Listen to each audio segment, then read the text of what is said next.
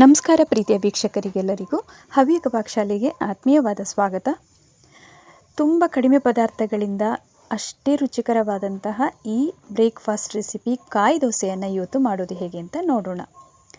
ಇದನ್ನು ನೀವು ಬೆಳಗ್ಗಿನ ತಿಂಡಿಗಾದರೂ ಮಾಡ್ಕೊಳ್ಳಿ ಅಥವಾ ಮಕ್ಕಳ ಲಂಚ್ ಬಾಕ್ಸಿಗಾದರೂ ಹಾಕ್ಕೊಡಿ. ಒಟ್ಟಿನಲ್ಲಿ ಸೂಪರ್ ಆಗಿರುವಂತಹ ದೋಸೆ. ಬನ್ನಿ ಸಾಫ್ಟ್ ಆದಂತಹ ಈ ಕಾಯಿ ದೋಸೆಯನ್ನು ಮಾಡೋದು ಹೇಗೆ ಅಂತ ನೋಡೋಣ. ಇಲ್ಲಿ ನಾನು 2 ಲೋಟ ಆಗುವಷ್ಟು ರಾ ರೈಸನ್ನು ತಗೊಂಡು ಒಂದು ಪಾತ್ರೆಗೆ ಹಾಕ್ತಾಯಿದ್ದೀನಿ. ಅದರ ನಂತರ ಈಗ 1 ಲೋಟ ಆಗುವಷ್ಟು ದಪ್ಪ ಅವಲಕ್ಕಿ ಬರುತ್ತೆ ನೋಡಿ, ಅದನ್ನು ಸಹ ಅದೇ ಲೋಟದಿಂದ ಹಾಕ್ತಾಯಿದ್ದೀನಿ.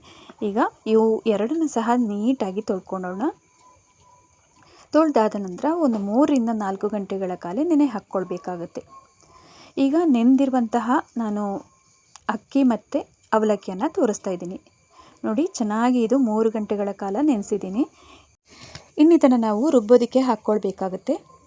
ನೀವೀಗ ನಾಳೆ ಬೆಳಗ್ಗೆಗೆ ತಿಂಡಿ ಮಾಡ್ತೀರಿ ಅಂತ ಆದರೆ ಮುಂಚಿನ ದಿವಸವೇ ನಾವು ಇದನ್ನು ರೆಡಿ ಮಾಡಿ ಇಟ್ಕೊಳ್ಬೇಕು. ಈಗ ಇದೊಂದು ಸೈಡಲ್ಲಿ ಇಟ್ಟಿರೋಣ. ನೆಕ್ಸ್ಟ್ ಇಲ್ಲಿ ಕಾಯಿ ತುರಿಯನ್ನು ತಗೊಳ್ತಾ ಇದ್ದೀನಿ. ನಾವು ಯಾವ ಲೋಟದಿಂದ ಅಕ್ಕಿಯನ್ನೆಲ್ಲ ತೊಗೊಂಡಿದ್ದೀವಿ ನೋಡಿ, ಅವಲಕ್ಕಿಯನ್ನು ತಗೊಂಡಿದ್ದೀವಲ್ಲ, ಅದೇ ಲೋಟದಿಂದ 2 ಲೋಟ ಆಗುವಷ್ಟು ಕಾಯಿ ತುರಿಯನ್ನು ಸಹ ತಗೊಂಡಿದ್ದೀನಿ. ಈಗ ಕಾಯಿ ತುರಿ ಆಗಿರಬಹುದು, ಅಕ್ಕಿ, ಇವೆಲ್ಲವನ್ನು ಗ್ರೈಂಡರಲ್ಲಿ ಹಾಕಿ ರುಬ್ಕೊಳ್ತಾ ಇದ್ದೀನಿ. ನೀವು ಮಿಕ್ಸಿ ಜಾರಲ್ಲಿ ಕೂಡ ರುಬ್ಕೊಳ್ಬೋದು, ಏನೂ ಅಡ್ಡಿ ಇಲ್ಲ. ನಾನಿಲ್ಲಿ ಗ್ರೈಂಡರಲ್ಲಿ ಯಾಕೆ ರುಬ್ಕೊಳ್ತೀನಿ ಅಂತಂದರೆ ನಿಮಗೆ ಟೆಕ್ಸ್ಚರ್ ಒಂದು ಸ್ವಲ್ಪ ಚೆನ್ನಾಗಿ ಬರುತ್ತೆ, ಅದಕ್ಕೋಸ್ಕರ ನಾನು ಗ್ರೈಂಡರಿಗೆ ಹಾಕ್ತಾಯಿದ್ದೀನಿ. ಈಗ ಇವೆಲ್ಲವನ್ನು ಹಾಕಿ ಆದ ನಂತರ ತುಂಬ ನೀರನ್ನು ಹಾಕೋದಕ್ಕೆ ಹೋಗಬಾರ್ದು. ಇದಕ್ಕೆ ಜಸ್ಟ್ ಒಂದು ಅರ್ಧ ಲೋಟದಿಂದ 3/4 ಲೋಟದಷ್ಟು ಮಾತ್ರ ಹಿಡಿಸುತ್ತೆ ಅಷ್ಟನ್ನೇ ಹಾಕಿದರೆ ಸಾಕಾಗುತ್ತೆ. ಈ ತೆಂಗಿನಕಾಯಿ ತುರಿಯಲ್ಲಿ ಸಹ ನೀರು ಬಿಟ್ಕೊಳ್ಳುತ್ತೆ, ಅದಕ್ಕೋಸ್ಕರ ನೋಡಿಕೊಂಡು ನೀರನ್ನು ಸಹ ಹಾಕ್ಕೊಳ್ಬೇಕು. ಈಗಾಗಲೇ ರುಚಿಗೆ ತಕ್ಕಷ್ಟು ಉಪ್ಪನ್ನು ಈ ಹಂತದಲ್ಲಿ ಹಾಕ್ತಾಯಿದ್ದೀನಿ. ಇನ್ನು ನೋಡಿಕೊಂಡು ನೀರನ್ನು ಹಾಕ್ಕೊಂಡು ಚೆನ್ನಾಗಿ ನುಣ್ಣಗೆ ಇದನ್ನು ರುಬ್ಕೊಳ್ಬೇಕು. ನೀವು ಮಿಕ್ಸಿ ಜಾರಲ್ಲಿ ರುಬ್ಬುವಾಗಲೂ ಅಷ್ಟೇ ಸ್ವಲ್ಪ ಗಟ್ಟಿಗೆ ರುಬ್ಕೊಳ್ಳಿ, ಇದೇ ಥರನೇ. ಮತ್ತೆ ನೋಡಿಕೊಂಡು ನೀರನ್ನು ಹಾಕ್ಕೊಳ್ಬೋದು. ನಾವು ಹಿಟ್ಟನ್ನೆಲ್ಲ ರೆಡಿ ಮಾಡ್ತೀವಿ ನೋಡಿ, ಮಾರನೇ ದಿವಸ ಹಿಟ್ಟು ರೆಡಿ ಆಗುತ್ತಲ್ಲ ಹುಳಿ ಬಂದು, ಆವಾಗ ನೀರನ್ನು ಹಾಕ್ಕೊಳ್ಬೋದು. ಈಗಾಗಲೇ 3/4 ಅಂಶ ರುಬ್ಕೊಂಡಿದ್ದಾಗಿದೆ. ಈಗ ಈ ಹಂತದಲ್ಲಿ 1 ಚಮಚ ಆಗುವಷ್ಟು ಸಕ್ಕರೆಯನ್ನು ಇಲ್ಲಿ ಆ್ಯಡ್ ಮಾಡ್ಕೊಳ್ತಾ ಇದ್ದೀನಿ. ಈ ಸಕ್ಕರೆಯನ್ನು ಹಾಕೋದ್ರಿಂದ ಏನಾಗುತ್ತೆ ಅಂತಂದರೆ ಒಂದು ಕಲರ್ ಕೂಡ ಚೆನ್ನಾಗಿ ಬರುತ್ತೆ. ಆಮೇಲೆ ಇದು ತುಂಬ ಸ್ಮೂತಾಗಿ ಬರೋದಕ್ಕೂ ಹೆಲ್ಪ್ ಆಗುತ್ತೆ. ಆಮೇಲೆ ಅಲ್ಲಲ್ಲಿ ದೋಸೆಯಲ್ಲಿ ಕಣ್ಣೆಲ್ಲ ಬಿದ್ದು ತುಂಬಾ ಸಾಫ್ಟ್ ಆಗುತ್ತೆ. ಈಗಾಗಲೇ ಹಿಟ್ಟನ್ನು ರೆಡಿ ಮಾಡ್ಕೊಂಡಿದ್ದೀನಿ, ನೋಡ್ತಿರ್ಬೋದು ನುಣ್ಣಗೆ ರುಬ್ಕೊಂಡಿದ್ದಾಗಿದೆ. ಇದನ್ನು ಇನ್ನು ಪಾತ್ರೆಗೆ ತೆಕ್ಕೊಳ್ಳೋಣ ನೋಡಿ. ಪಾತ್ರೆಗೆ ತೆಗೆದಾದ ನಂತರ ಒಮ್ಮೆ ಚೆನ್ನಾಗಿ ಇದನ್ನು ಮಿಕ್ಸ್ ಮಾಡ್ಕೊಳ್ಬೇಕು. ಅಕಸ್ಮಾತ್ ನಿಮಗೆ ಉಪ್ಪೆಲ್ಲ ಹೆಚ್ಚು ಬೇಕು ಅಂತಂದರೆ ಈ ಹಂತದಲ್ಲಿ ಹಾಕ್ಕೊಳ್ಳಿ. ಇನ್ನು ದೋಸೆ ಹಿಟ್ಟಿನ ಟೆಕ್ಸ್ಚರನ್ನು ನೋಡ್ತಿರ್ಬೋದಲ್ಲ ನೀವು, ಈ ಹದಕ್ಕೆ ಇರಬೇಕು. ತುಂಬ ನೀರನ್ನು ಹಾಕೋದಕ್ಕೆ ಹೋಗಬೇಡಿ.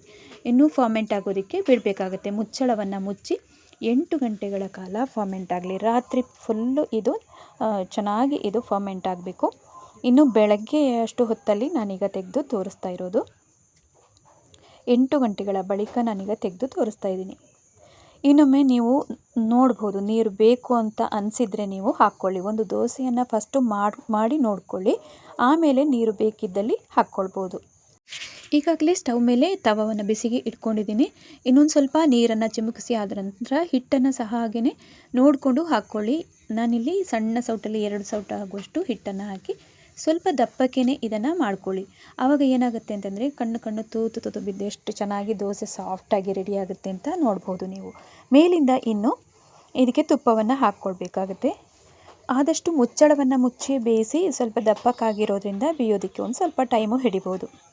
ಆದಷ್ಟು ಉರಿಯನ್ನು ಮೀಡಿಯಮ್ ಉರಿಗಿಂತ ಸ್ವಲ್ಪ ಕಡಿಮೆನೇ ಇಟ್ಕೊಳ್ಳಿ, ಸೀದು ಹೋಗುತ್ತೆ. ಇಲ್ಲ ಅಂತಂದರೆ ನೋಡಿದ್ರಲ್ವಾ ಎಷ್ಟು ಸೂಪರ್ ಆದಂತಹ ಸಾಫ್ಟಾಗಿರುವಂತಹ ಕಾಯಿ ದೋಸೆಯನ್ನು ಹೇಗೆ ಮಾಡೋದು ಅಂತ.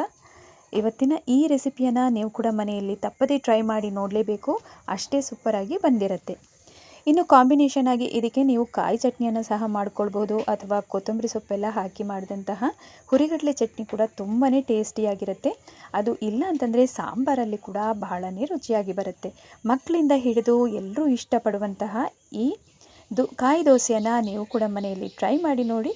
ನಿಮ್ಮ ಅನಿಸಿಕೆ ಅಭಿಪ್ರಾಯಗಳನ್ನು ತಿಳಿಸೋದನ್ನು ಮರಿಬೇಡಿ. ಇವತ್ತಿನ ವಿಡಿಯೋಗೊಂದು ಲೈಕ್ ಮಾಡಿ, ಶೇರ್ ಮಾಡಿ, ಸಪೋರ್ಟ್ ಮಾಡಿ ಅಂತ ಕೇಳ್ಕೊಳ್ತಾ, ಹವ್ಯಕ ಪಾಕಶಾಲೆಯಲ್ಲಿ ಇನ್ನೊಂದು ಹೊಸ ರೆಸಿಪಿಯೊಂದಿಗೆ ಮತ್ತೊಮ್ಮೆ ನಿಮ್ಮನ್ನು ನಾನು ಭೇಟಿಯಾಗ್ತೀನಿ. ಅಲ್ಲಿ ತನಕ ನಮಸ್ಕಾರ.